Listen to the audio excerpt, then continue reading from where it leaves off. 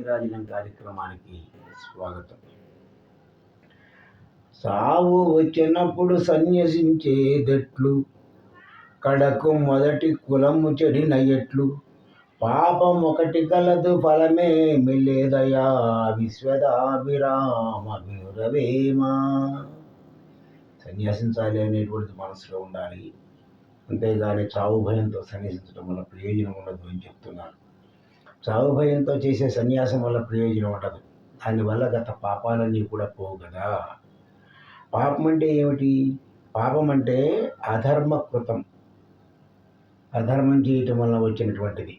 దీని గురించి తాత్కాలికంగా తప్పుకొనవచ్చునేమో, కానీ చివరికి అది శిక్షించక మానదు అంటున్నాడు వేమన. పాపం చేసిన వాడు ఎప్పుడైనా శిక్ష అనుభవించాల్సిందే. తాత్కాలికంగా ఏదైనా ఉపశమనం కలిగితే కలగచ్చు, కానీ అది శాశ్వత ఉపశమనం కాదు అని చెప్తున్నాడు.